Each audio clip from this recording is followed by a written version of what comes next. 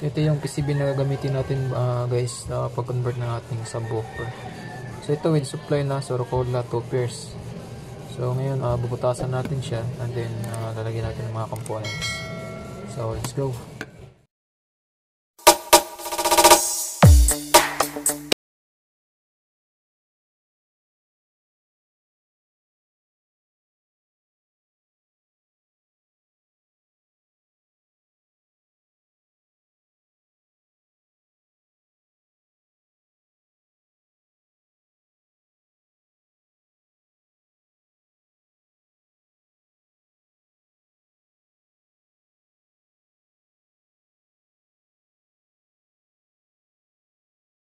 So ito nyo yan mga boss, tapos na tayo mag-drill. Yan yung board natin na Rocola 2 pairs with power supply. So ito mga boss, di ko na lang siya pinakita yung malalaking butas kasi iba yung drill na ginamit ko dyan. Yun. So ngayon, lalagyan natin siya ng rosin para di siya kalawangin. So check nyo mga boss. So ito na yung mga boss, ito yung ating magic liquid. Ito yung magic liquid natin na rosin. So, pag ganyan mga boss, para di siya kalawangin, spray lang natin yan siya.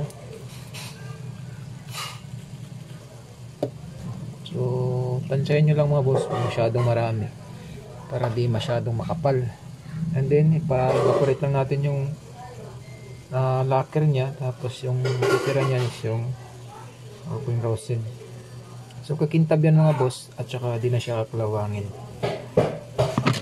So kung may blower kayo, pwede nyo gamitan ng blower. Di siya maano. So check nyo lang mga boss mamaya pag natuyo na siya.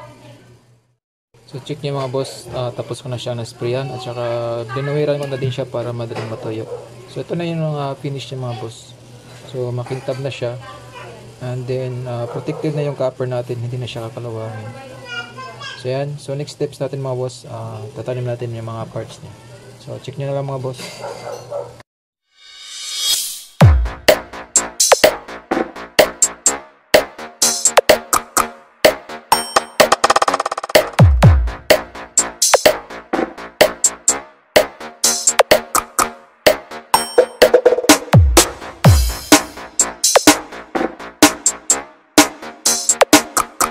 So yan guys, no, yun na yung mga parts natin. So sa part na to is mag-ano na tayo guys, tatanim na natin yung mga parts dito at saka testing natin. So by the way guys, yung heatsink ko is DIY lang to. Sinukat ko lang yung available ko na heatsink. Sa magtatanong dyan kung anong size nya is lagay ko na lang sa description yung size nito, and then yung kanyang pitching ng ating power transistor. Kung sakaling gagamit kayo ng design na to, malagyan niyo pa ng kanyang sukat ng kanyang heatsink. So yan guys, no, stay tuned lang at itatanim natin lahat yan, yung mga parts dito sa ating integrated amp. So ayan.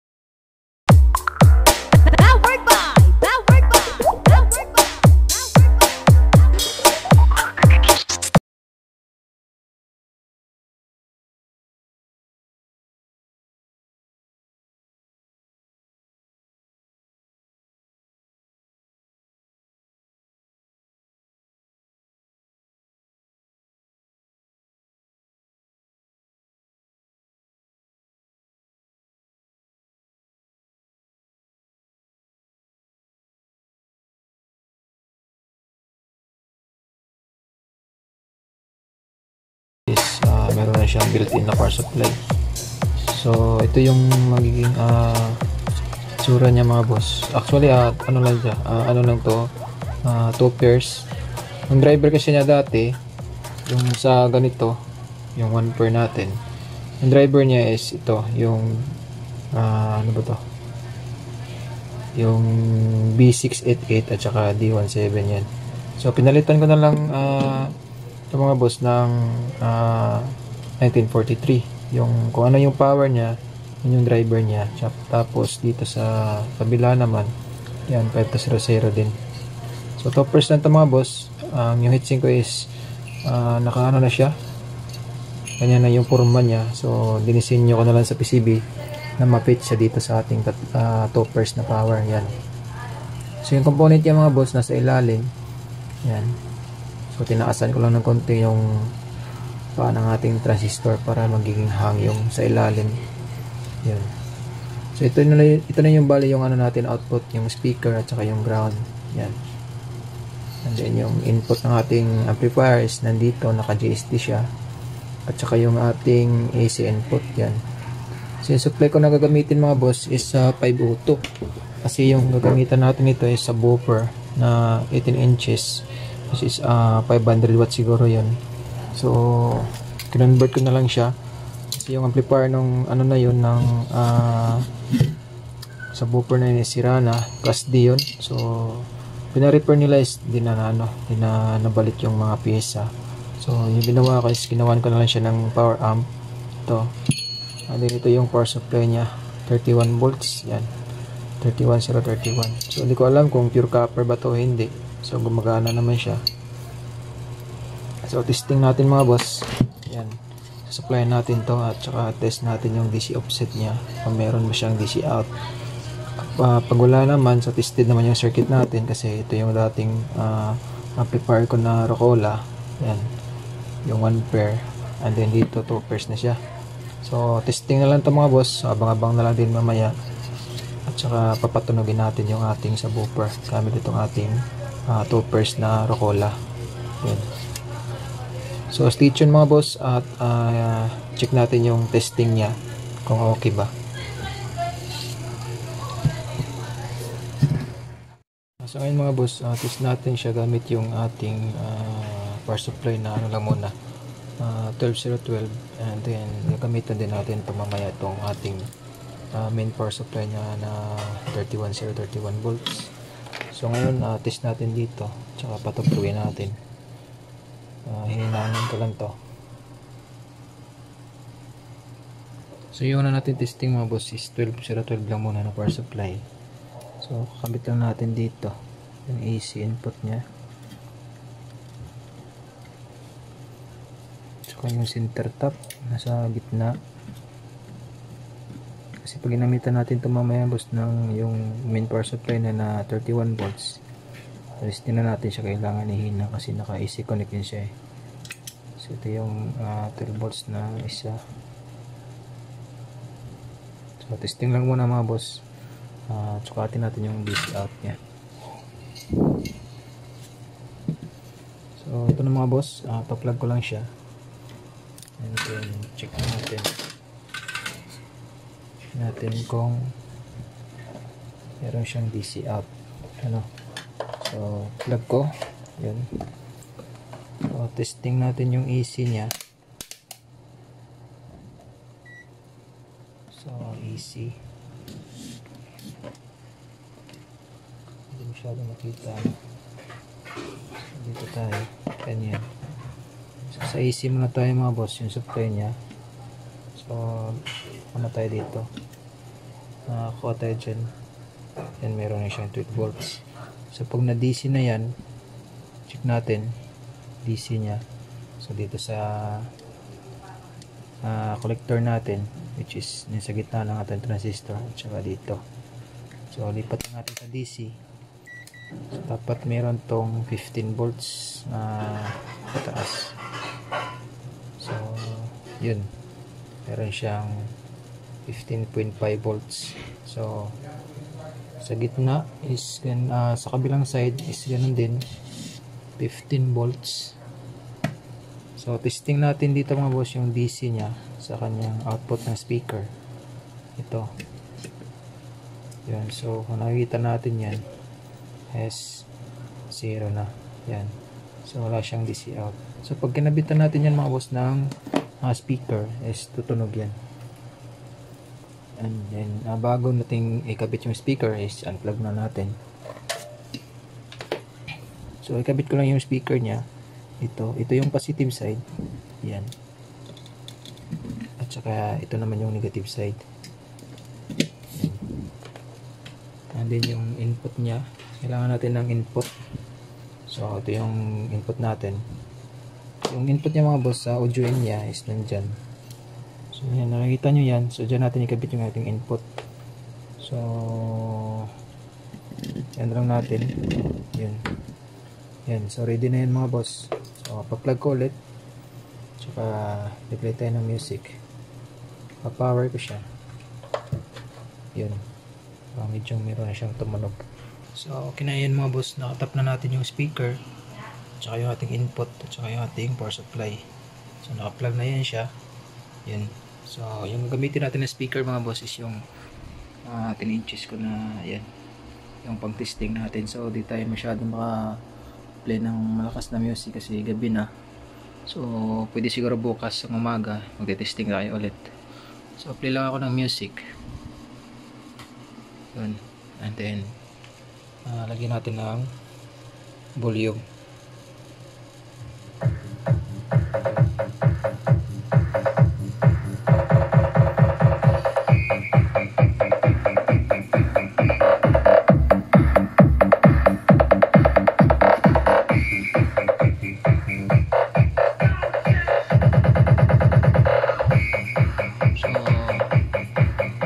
Natin mga boss kasi gabi na dito eh. So anong oras na, mga 9:37 na ng gabi. So hindi na pwedeng magingay. So ngayon for testing purposes natin is tumunog naman siya. Yan. Ang ating integrated amp with power supply na yan.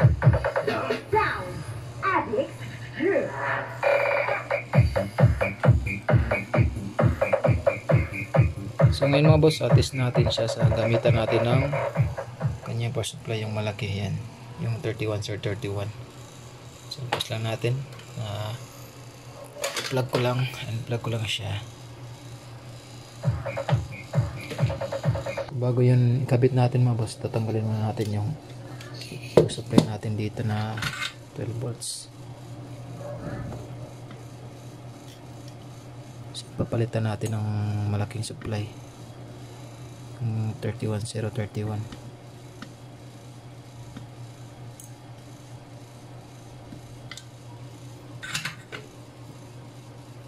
So para hindi magsagabal, tanggalan na natin to. Yung papalit natin mga boss, itong ating AB502 na power supply, yung transformer natin. Dito may na siya dito eh, meron na siyang dedicated na AC connect para sa ating AC input. Yan.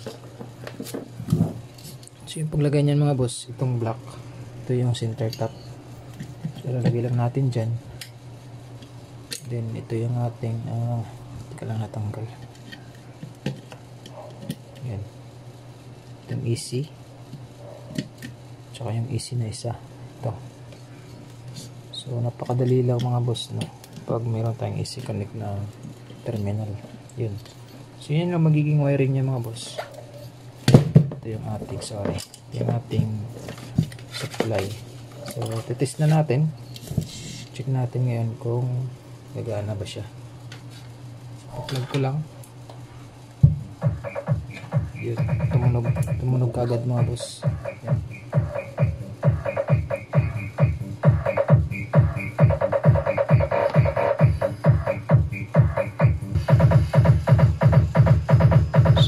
Okay mga boss, no? Yung gamit natin na transformer is 502. Yan. Tayo makapalakas mga boss kasi gabi na.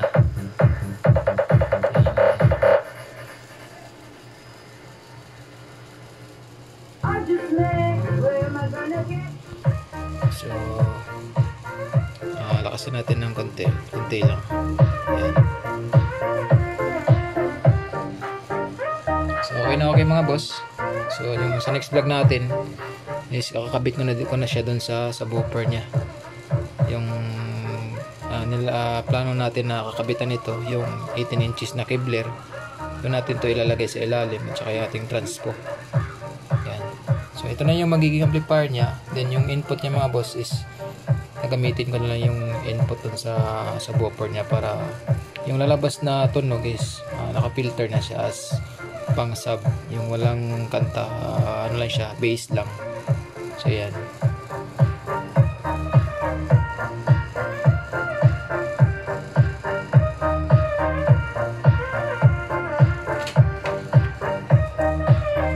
Naman mga boss, two pairs natin na Rocola.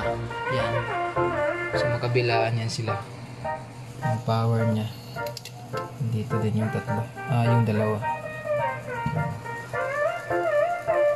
So check nyo lang mga boss. Yung design nito is inalagay ko na lang din sa description ng ang link niya.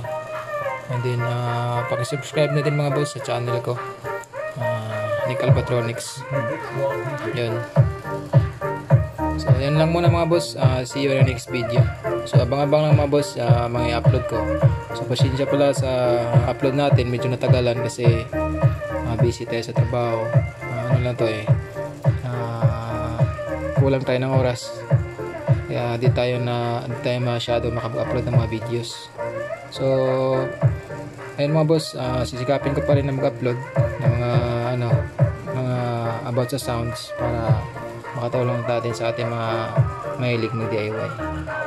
So yan mga boss, successful yung ating integrated. So tinawag ko na lang siya integrated kasi dito na yung power supply niya. Pero kulang to mga boss, kulang pa to ng sa integrated kasi is nakalagay na din yung tone control. So dito is wala. Lang siya, power amp lang siya at saka power supply. So for now okay lang naman siya mga boss. Tumunog naman siya.